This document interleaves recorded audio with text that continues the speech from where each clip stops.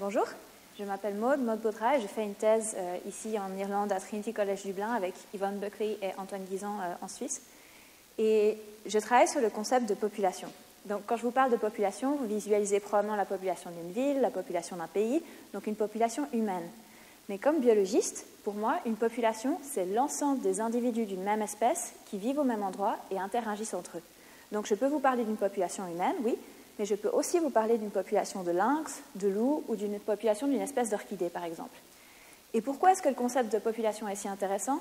Eh bien, on sait aujourd'hui que la planète fait face à une crise quand même sérieuse, d'extinction des espèces, par exemple, mais gérer la crise de la perte des espèces à l'échelle globale, donc la crise de la biodiversité à l'échelle globale, c'est vraiment grand, c'est très très grand.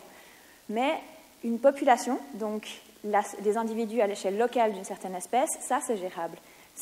Et donc, d'une part, une population, c'est l'échelon gérable de la biodiversité, mais en plus, c'est aussi l'échelon fonctionnel de la crise de l'extinction des espèces. C'est-à-dire qu'avant qu'une espèce ne s'éteigne complètement, il faut que chacune des populations locales de cette espèce disparaisse l'une après l'autre. Et la chance que j'ai dans mon doctorat, c'est que j'ai accès à un organisme modèle.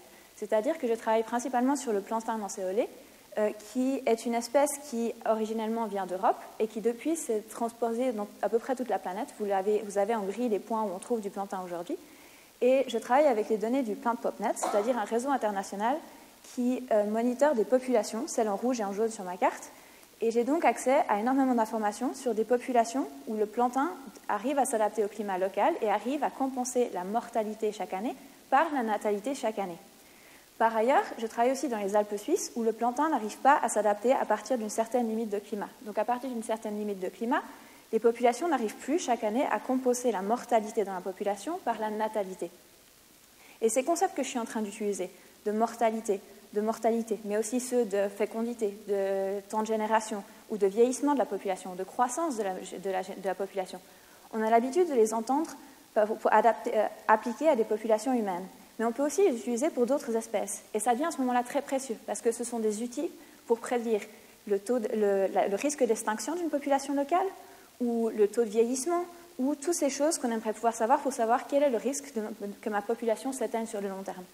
Et dans mon cas, j'ai cette chance d'avoir accès à énormément d'informations où la plante va bien, à comparer avec des zones où le climat n'est pas adapté, dans le gradient d'élévation dans les Alpes, et je peux donc inférer pour savoir comment est-ce que ces taux de natalité, de mortalité s'adaptent au climat et peut-être pouvoir faire des conclusions utiles pour d'autres espèces comme le loup, le lynx ou ces autres espèces en danger pour lesquelles on a moins d'informations.